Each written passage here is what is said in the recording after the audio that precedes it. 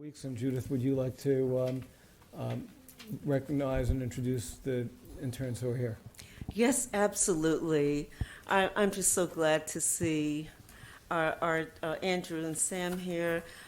Last week, we had a representative from Toastmasters International conduct a workshop with the interns on how to create an elevator pitch. So I'm just going to call on them just going to have them come to the podium, apply their elevator pitch, and tell you who they are. Thank you, Andrew. Thank you, Sam.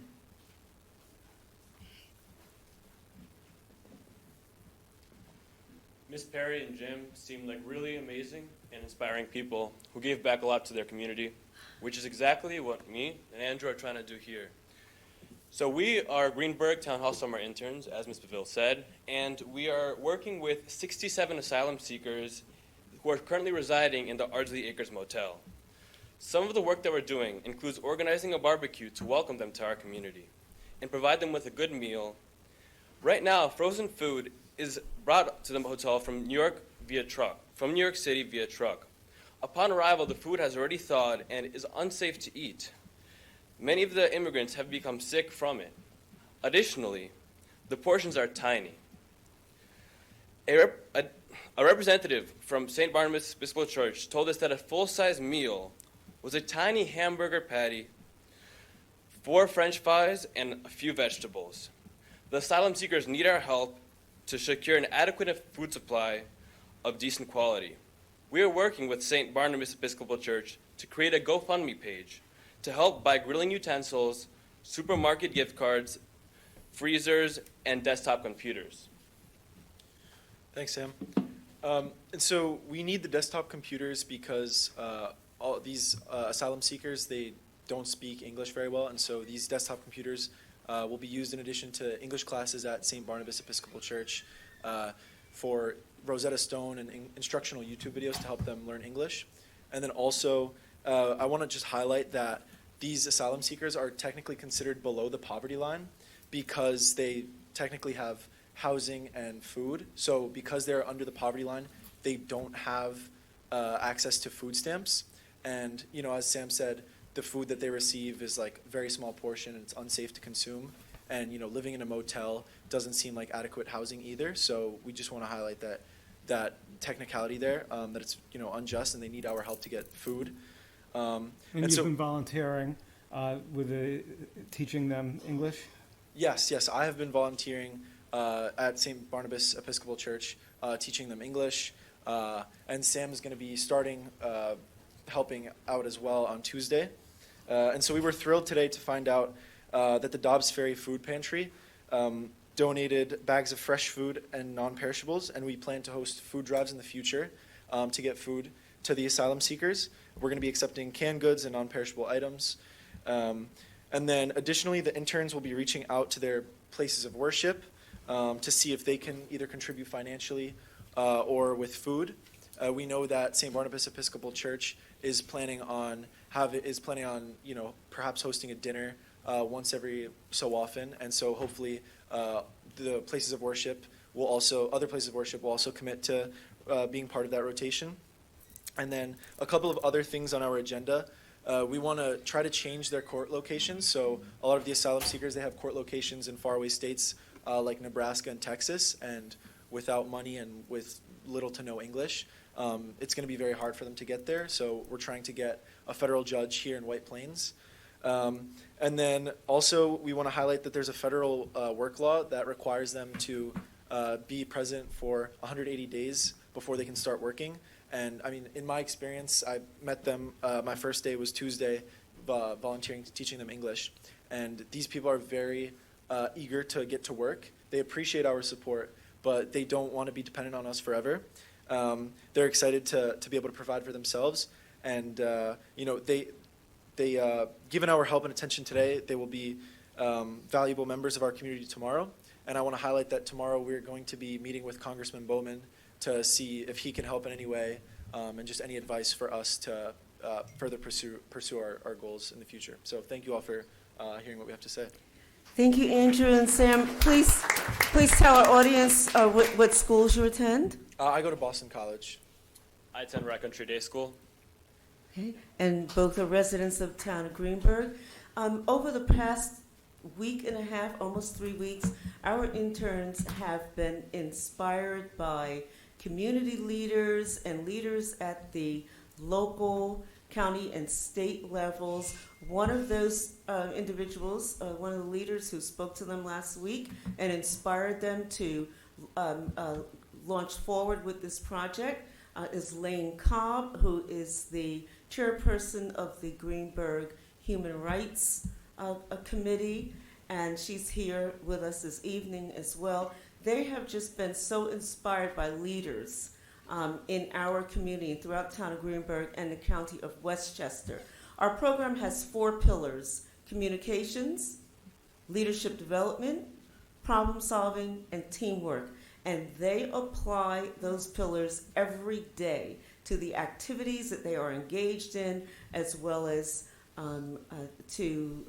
the speakers as well apply those pillars to their message to our interns. And I just want to thank Andrew and Sam. You represented your 46 future leaders. The first week of the program, they're referred to as interns. And then for the next 5 weeks, they are referred to as future leaders. And they are sharing with you the evidence of their practice and their belief in themselves as future leaders. Ladies and gentlemen, these young men represent the future leaders of our town of Greenburgh. Let's give them a hand. Thank you.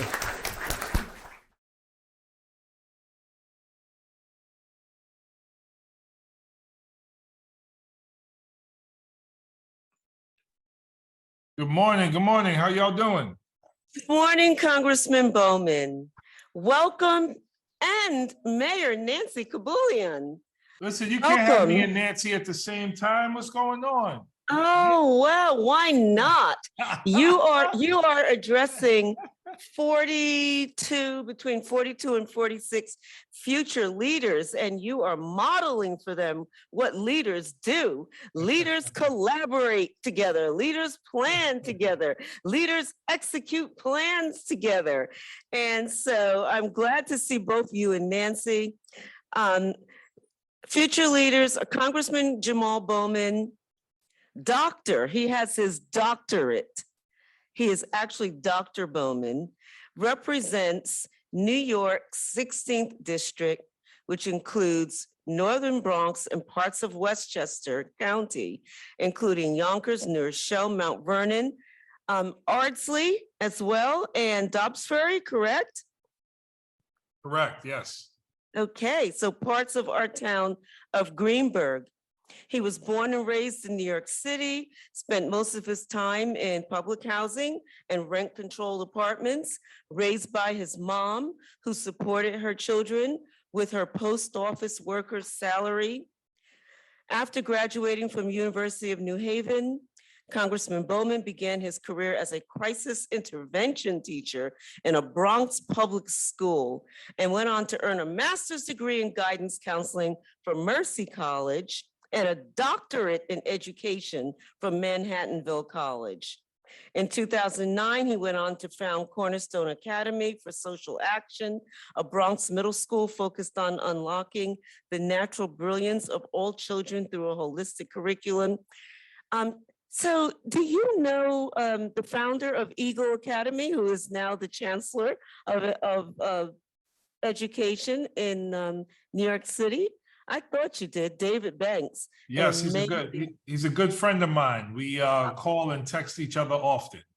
Oh my God, wow. Powerhouses, a powerhouse sitting in front of you. So Congressman Bowman, we have, our group is comprised of future leaders from middle school to college level.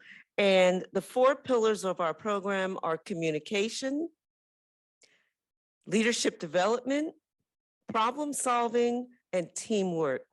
And so we just ask that all of our guest speakers address those pillars in some manner with respect to your journey, to where you are, and what you are doing at this point in your career. We know it's all about all four of those pillars. So we just invite you to introduce yourself, share with the interns all about you, and then they have questions for you. Ladies and Awesome. gentlemen, without further ado, I bring to you Congressman Jamaal Bowman. Awesome. Awesome. Thank you very much. Tell me that last one again. I got communication, leadership development, problem solving. What was the last And one? teamwork. Teamwork. Oh, yes. Perfect. Yes.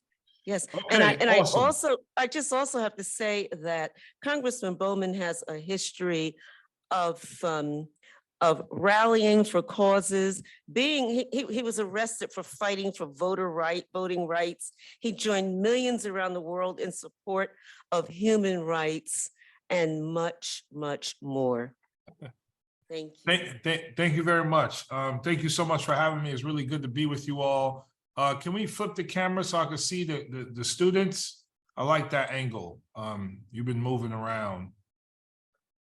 Can y'all hear me? There we go. Perfect. Thank you. So great to be with you. First of all, I just want to thank you all. I want to say thank you to the volunteers and give you a huge shout out for all the work you've done this summer in support of our recently arrived migrants, our asylum seekers who are only looking for a better life. And you could imagine how challenging it is to travel across multiple countries away from war and violence and terror and fear and lack of opportunity to come here and start a life all over again with your children and family. So you all have been giving them love and support and working with them. So I just want to give you a shout out and thank you all so much for that. I had a chance during my first term to visit Guatemala and Honduras because I wanted to better understand the migrant issue and the asylum seeker issue. And I got to see very clearly how there's been so much harm caused to the cities and economies and environments and ecosystems of these countries that, you know, they're living now in abject poverty, 70% poverty, sometimes 80% poverty, no public school system, no opportunity, and a violent military presence there that is more concerned with Western financial interests than it is to preserve the ecosystem of the people there. So they're forced to come. And America has always been a place, always been a place where we have opened our arms to asylum seekers. It is not illegal to seek asylum in America. That's what America is all about. You all are probably descendants from immigrants. The nation, we are a nation of immigrants. So that's who we are. So thank you for that work. As it was mentioned before, my background is education. I worked in education for 20 years before running for Congress. And I had never run for any elected office before Congress, never, not even like high school president. My background is strictly education. I started as an elementary school teacher in the South Bronx before becoming a high school guidance counselor and dean of students, before just being frustrated by the school system in New York City because I just felt it was too traditional. It was too rooted in one way of learning and one way of being. And I knew that our kids were much more innovative, much more creative. They had many more ideas, and we needed to be doing more for them. So I got frustrated by the school system. So I started journaling some ideas of this imaginary school that I would open. That journaling led to me writing an actual proposal for a school. I submitted that proposal to New York City and I argued it with other students, teachers, and community members. And, you know, they allowed me to open the school in 2009, in which I ran that school for 10 and a half years. And, you know, our school was rooted in the brilliance of young people, right? And so we have, again, traditional curriculum, you know, you got your math, your science, your ELA, and you got all that stuff. But I wanted our curriculum to be project-based. I wanted it to be culturally responsive. I wanted it to be interdisciplinary, and I wanted it to be rooted in creativity and 21st century skills. So we were, you all may have this in your schools, but we were one of the only Bronx middle schools and middle schools in the city to have like a computer science program, for example, where our kids learn to code beginning in 6th grade. We had the STEM and STEAM science class. So it wasn't just science, it was STEM and STEAM. We didn't have ELA and social studies. We combined them and had humanities. We made it more interdisciplinary. But then we also had the arts, we also had sports, we also had music, and we also took trips outside of the school as much as possible. And the kids were really passionate about making this school their community and using it to impact their extended community. And so I saw firsthand that in middle school, if you put kids in the position, they will take the opportunity to be leaders. So I don't want you to think of yourself as tomorrow's leaders. You are leaders right now. Like what you have already done with this program shows your leadership skills. And I'm sure you've probably done other things that show your leadership skills. And it's really important for us as elected officials to hear from you and get a better understanding of what's happening in your life, your family's life, your community's life, so that we can write policy that will make things better for you and for others. Does that make sense? Yes or no? Yes? No? Yes? Okay, good. Makes sense. We are also very, it's also very important to our office for youth to be, not just help us write policy, but to write policy themselves that we could then introduce in Congress. So again, whatever the issues you care about. So when I meet with young people around the district, you know, what I've heard is y'all care about climate change. Y'all care about mental health. Y'all care about public safety. Many of you care about jobs and workforce development opportunities. And there are many other issues. So if there are those issues that you care about, don't just, you know, tell us about them. So we write policy. If you're interested in it, write policy with us. You know, that's an exciting thing to do. The last thing I'll say about that is this. It's not just about policy. We live in a democracy. We're very lucky to live in this country. Other countries, they do not have the opportunities we have. They do not have the freedoms that we have. We're very, very lucky. But our democracy is hanging by a thread right now because not everyone participates in our democracy. Not everyone votes. Not everyone thinks voting matters. People think they vote do not count. And this is usually poor people and people of color who feel this way because the system has failed them for so long. So what we also need from you is your volunteer energy as it relates to saving our democracy. And what that means is, you know, doing phone banks, doing postcard writing, doing text banks, knocking on doors in your community, like getting people, and in other communities, getting people pulled in and engaged in democracy, and not just voting, because voting is just the first part. The most important part is holding us accountable. It's not just about voting me or Nancy or anyone in the office. How are you holding us accountable to make sure we're doing what's best for the community and doing what you all said we should do? So I'll stop there. I want to transition quickly and then I'll take your questions. So I was asked to talk a little bit about why I ran for office. So my school was in the Bronx. And the year before I decided to run for office, 34 kids died in the K-12 school system in the Bronx, and 17 died by suicide. And no elected official was making the connection between the pain our kids were going through, those outcomes, and the policies that we pass in Washington or other levels of government. So for me, that was unacceptable. And for me, I felt like I had a voice and I wanted to do something about it. And the person who was there before me had been there for a long time and wasn't really speaking to these issues.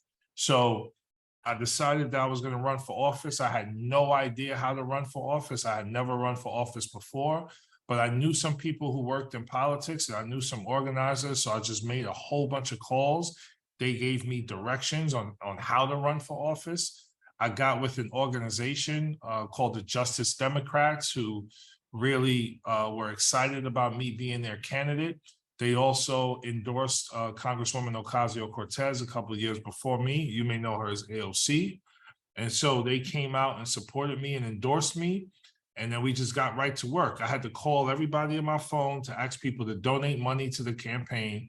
I had to, we used that money to buy some flyers. I just started knocking on doors and giving out flyers. And the whole campaign was knocking on doors, talking to people, calling people for money, going to different house parties where I was introducing myself to people, and then doing my homework to make sure I was sharp with all the policies that I was going to be fighting for. And it was that cycle for a whole year that ultimately led to me winning and also helped me to win re-election. So yeah, and right now in Congress, we're trying to change the world, man. That's pretty much what we're doing. We just believe fundamentally we are the wealthiest nation on earth. Everyone should have access to affordable housing. Everyone should be able to afford their utility payments. We should have green, clean, renewable energy driving our economy. Everyone should have access to healthcare. Everyone should have access to jobs and entrepreneurship opportunities. Our schools should be fully funded. We pay taxes. Those taxes should go more to education than to war. If you look at our budget, we spend more than the next 10 countries combined on our military, but we don't invest as much in education. And so there are some very fundamental things. We should take care of our seniors. We should be able to provide paid leave, universal childcare, universal pre-K. So there's some very fundamental human rights things that we should be doing as a country, and we're not. And we're not doing it because big money controls politics, which continues to exacerbate inequality. So that's our fight. That's our mission. And this is not something that we think we need 30 years to solve. We could solve it right now with the energy and passion and ideas that you all have, and with you pushing us as elected officials to do more in those spaces. So I'll stop there. Sorry if I talked a little bit too long, and I'll take whatever questions you got. Andrew, please take the microphone.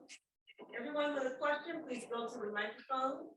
You can go up and stand right next to the Andrew. Thank you. Hi, Congressman Bowman. Thank you for being here with us today. So part of the work that we're doing here includes organizing like a welcoming barbecue for the asylum seekers. And I believe we're going to hold that in a couple of weeks from now, during the last week of our internship program. And we would love to have you join us there, if possible. Do you have the date? I think we talked about it being the Tuesday of the August 15th is the date. Thank you. So yeah, if you could put that on your calendar and see if you could join, we would really appreciate that.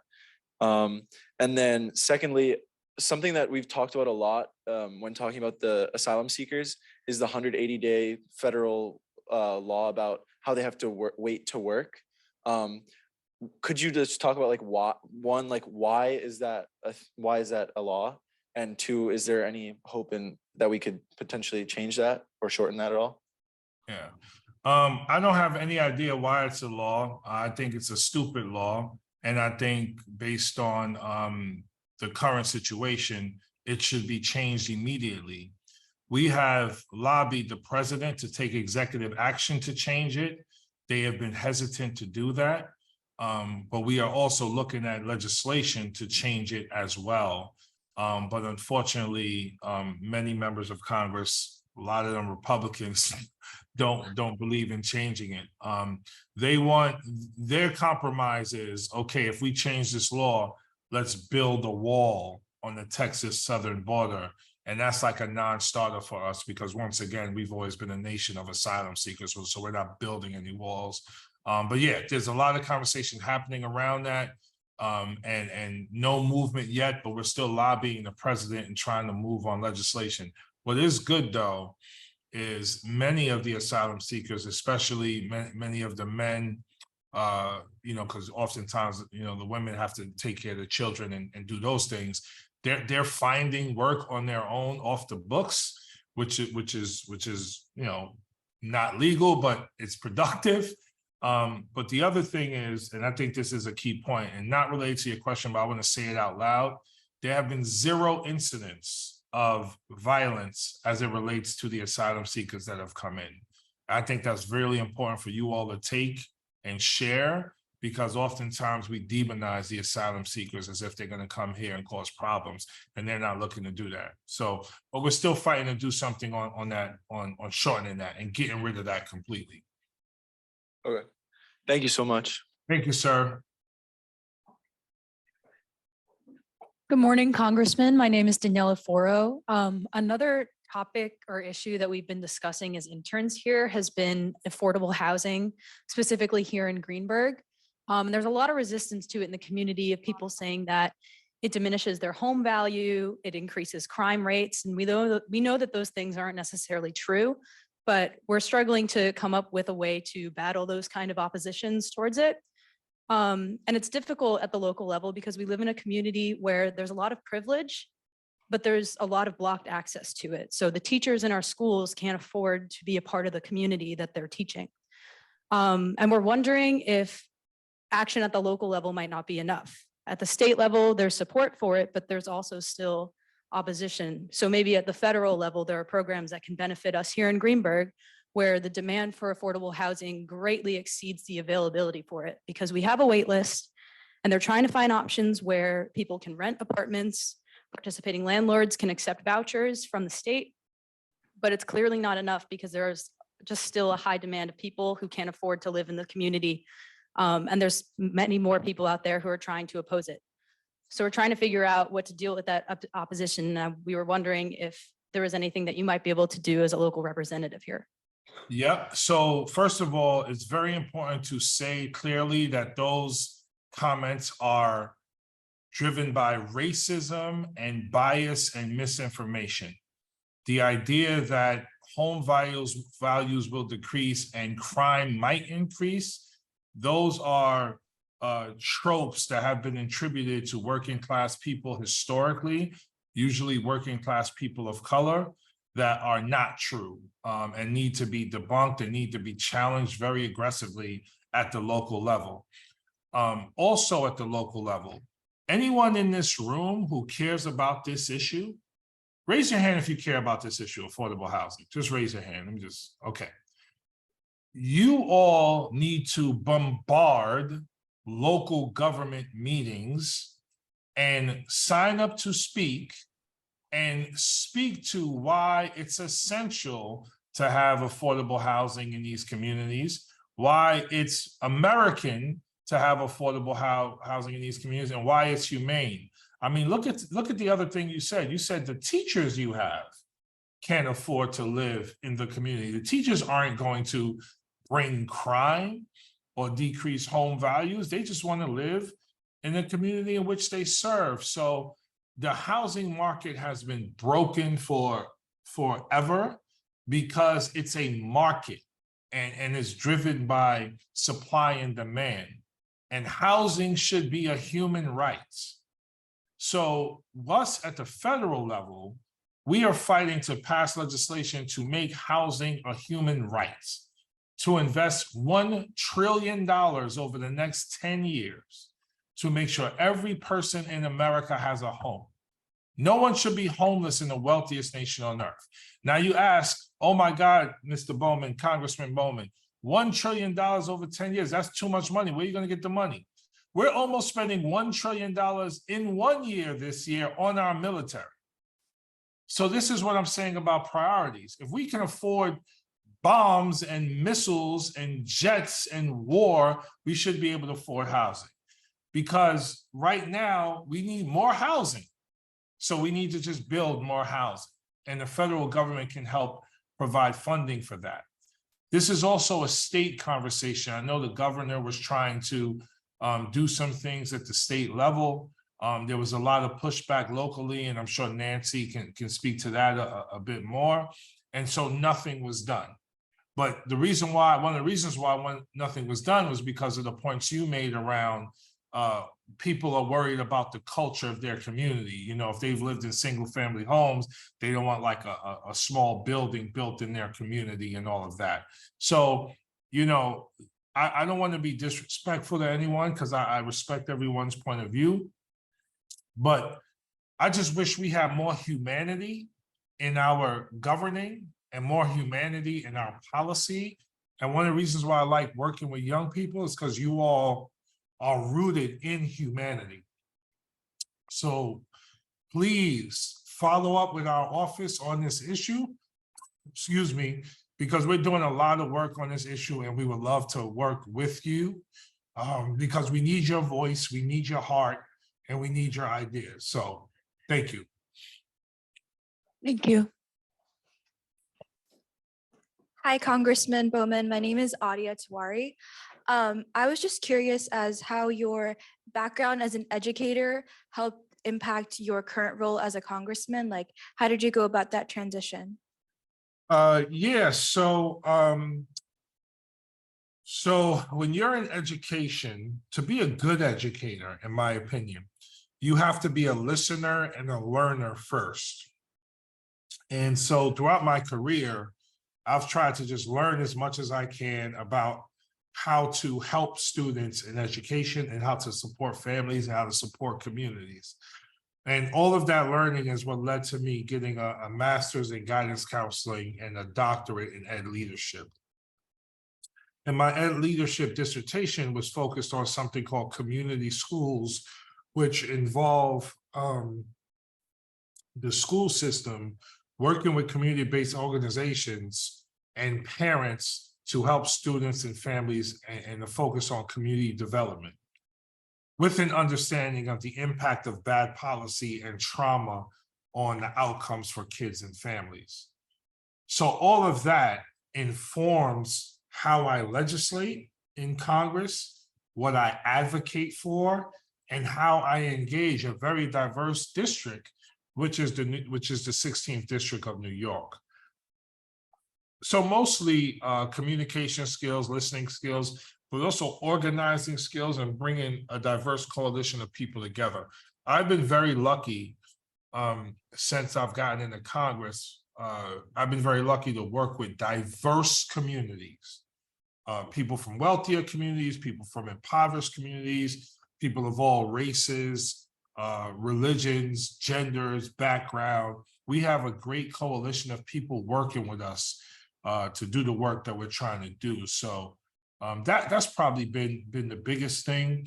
And also as a middle school principal, you know, I find myself, you know, comparing my colleagues in Congress to middle school students. And no offense to middle school students, but these people here are pretty interesting. Some of them based on their perspectives. So that was the main learning. Thank you for the question. Thank you so much.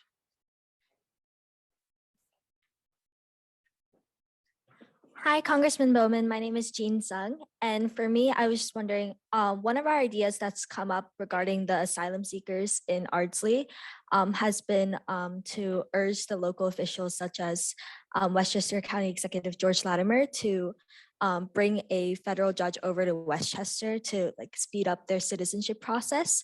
But I was wondering that if you think even if it's even realistic, or that even if it does occur, like since their cases are already held like set for like other states such as Texas and Nebraska, if it's even like worth trying to do that and focusing our time on something else. Yep, it is realistic.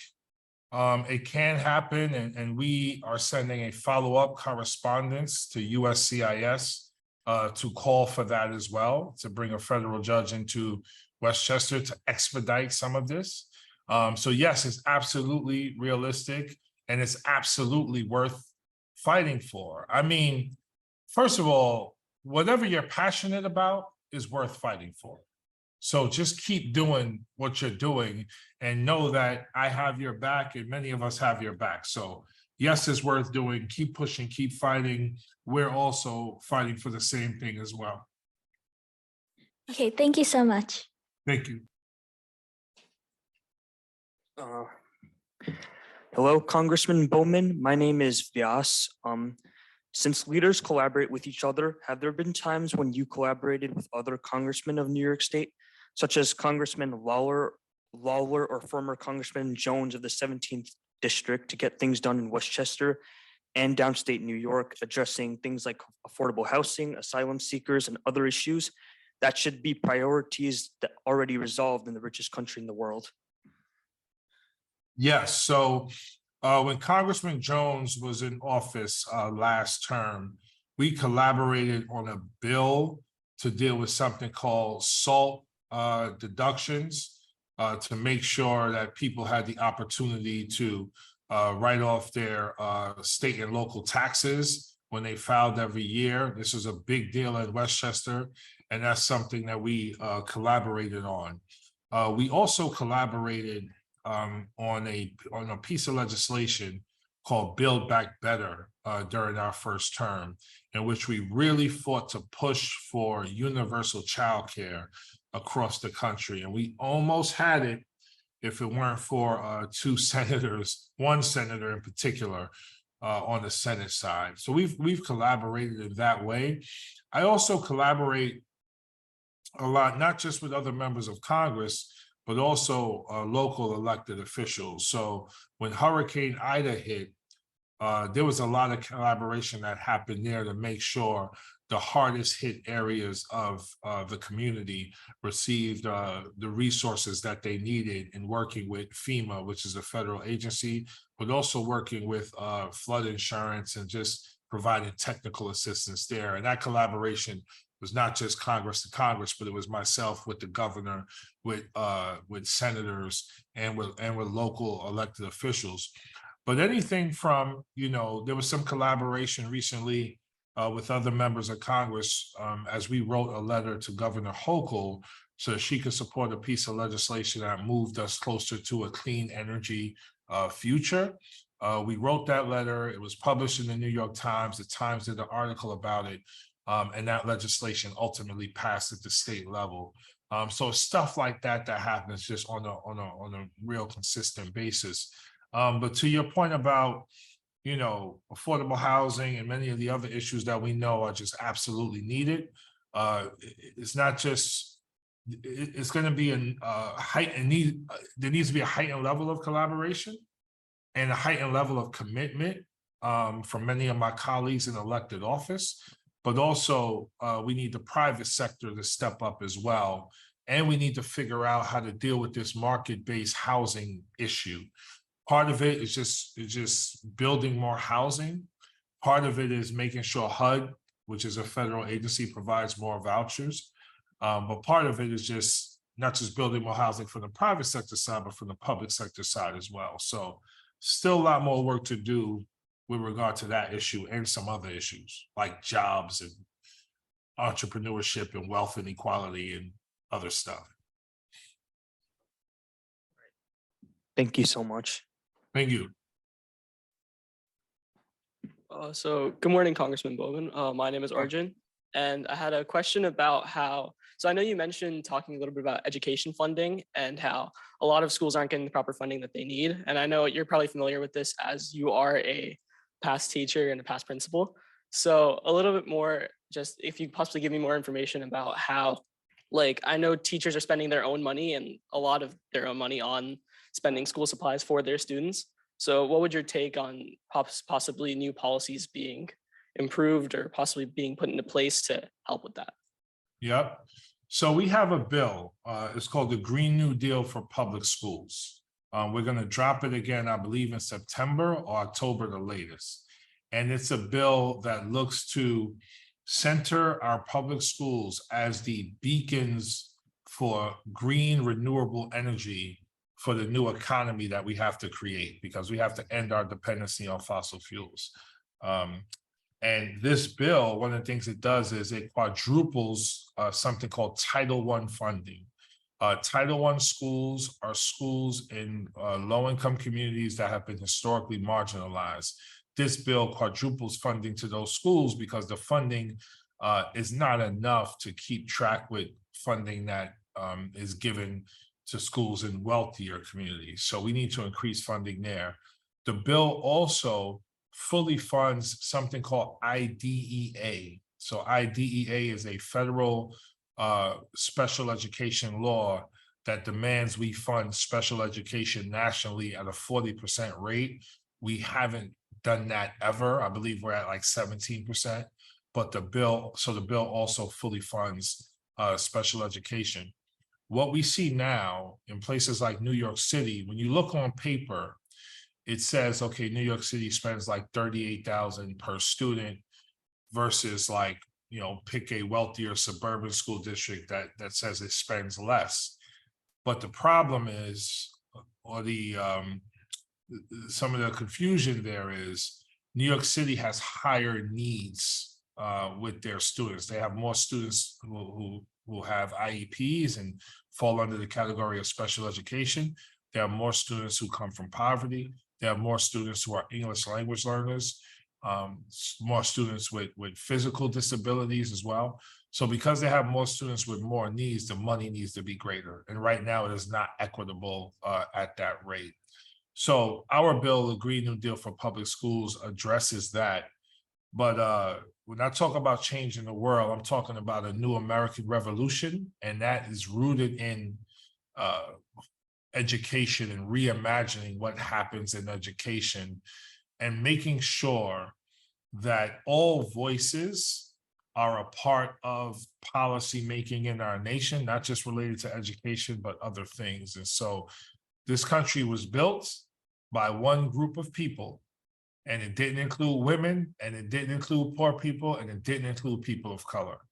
And so the next iteration of America has to include everyone. That's the only way to get the things we need in education and all these other spaces. Thank you for your time. Thank you. Hi, I'm Paul Feiner, the Greenburgh Town Supervisor, and I just want to thank you for spending time with us today. And I had just one brief question. The interns are going to be organizing a barbecue. They already told me. They invited me already. Right, but I also wanted to ask you if there's any possibility that you would consider participating in a press conference with them that you could jointly sponsor with interns, where the students could be lobbying publicly for some of the legislation and initiatives that you're taking, because one of the goals of the internship program is for the students to experience all aspects of government. So, for example, we have some students who are participating in basically a program where they're teaching some of the migrants English, and they've learned how some of the food that is being distributed is very poor quality. And I sort of feel that if there's a private company that is being contracted to deliver food that is substandard, I think that's something that if somebody like you spoke out and highlighted, New York City probably would improve the quality of the food. The contractor may not be doing the job that they're supposed to do, or we have businesses in the town that can't find employees. And maybe if we could highlight, or the students could highlight businesses that are finding it difficult, like say restaurants, to find employees. And there's migrants who are hungry to work, but they can't get jobs because there's vacant, because businesses are possibly going to close down because they can't find anybody. Maybe we could get legislation that would enable migrants to work in jobs that can't be filled. So, I'm just wondering if there's like any possibility that you might be willing to do something jointly with, with the students. No, absolutely. Would this happen also on August 15th? It could be any day that you want. The last day of internship is August 17th.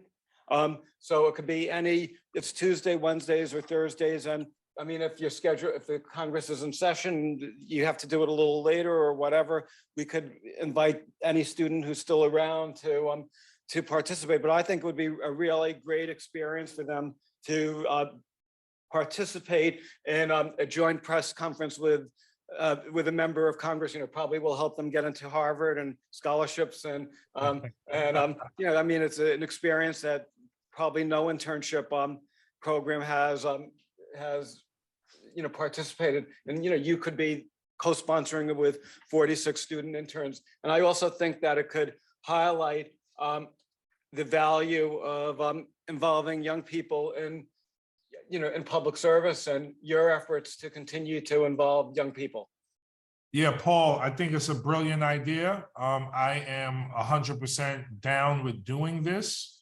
August 15th could be the day to do it. I mean, we could do both. We could do, you got your barbecue going on. We can invite press to the barbecue and also hold a press conference at that barbecue. That's just an idea. So it's great. What I think would be powerful is you all, I'm talking to the interns now, you all have learned so much throughout your time supporting the asylum seekers. You turned what you've learned into questions for me today, which is great. For the press conference, you want to share what you've learned with the larger Westchester and Hudson Valley community, and you want to call on the federal government, elected officials, whomever, to do X, Y, or Z, whatever the issues are.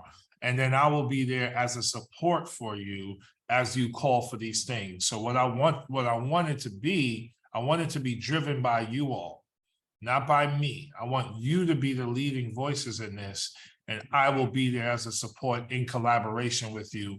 And no other elected officials other than Nancy. Nancy could be there. Nobody else talks. We want the young people to talk. I may say a couple of words, but the rest of it is all yours. Does that sound okay, Paul? Could that work? That's fine. That's fine. Can I just add my 2 cents in here for 1 second? I was not going to speak, but I would be very hesitant to have this press conference at the same time as the barbecue.